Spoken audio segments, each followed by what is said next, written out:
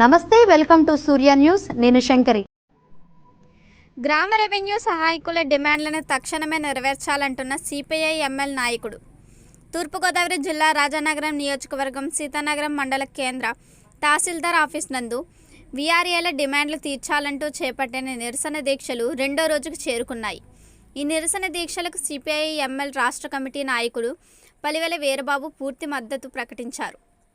ఈ సందర్భంగా మీడియాతో సిపిఐ ఎంఎల్ రాష్ట్ర కమిటీ నాయకుడు వీరబాబు మాట్లాడుతూ, గ్రామ రెవెన్యూ సహాయకులకు కనీస వేతనం 21,000కు పెంచాలని, నామినీలుగా పనిచేయుచున్న వారందరినీ రాష్ట్ర ముఖ్యమంత్రి జగన్మోహన్ రెడ్డి 2017లో ఇచ్చిన హామీ ప్రకారం భర్తీ చేయాలని, డిఏని వేతనం నుంచి మినహాయించే చట్టాన్ని విరమించుకోవాలని, అర్హులైన వీఆర్ఏలకు వీఆర్ఓగా ప్రమోషన్ ఇవ్వాలని డిమాండ్ చేశారు.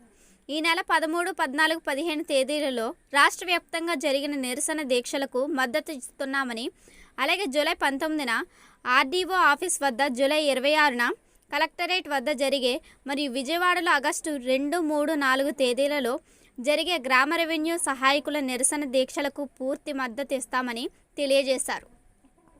ప్రస్తుత ప్రభుత్వం బాధ్యతలను చేపట్టి 2 సంవత్సరాలు దాటినా ముఖ్యమంత్రి ఇచ్చిన హామీలను నిలబెట్టుకోలేకపోవడం చాలా బాధాకరమన్నారు.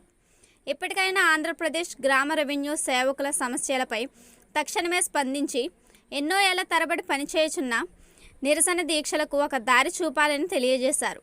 ఈ కార్యక్రమంలో మండల వీఆర్ఏల సంఘం అధ్యక్షుడు కె రాజేంద్ర ప్రసాద్, ఉపాధ్యక్షుడు ఎం అబ్బులు, సెక్రటరీ మద్దర దుర్గారావు, ట్రెజరర్ చిడిపి వెంకటేశుడు, చనదమండ యేసురత్నం తదితరులు పాల్గొన్నారు. తూర్పుగోదావరి జిల్లా సీతానగరం మండలంలో వీఆర్ఏల్ మీటింగ్కి రావడం జరిగింది.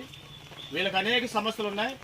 ఈరోజు నిత్యావసర ధరలు అనేక రకాలుగా పెరిగిపోతూ ఉన్నాయి. ఎవరిని అడగాలో తెలియని పరిస్థితిలో వీళ్ళకి ఇచ్చే జీతం 15 రోజులు కూడా రావటం లేదని చాలా బాధపడుతూ ఉన్నారు.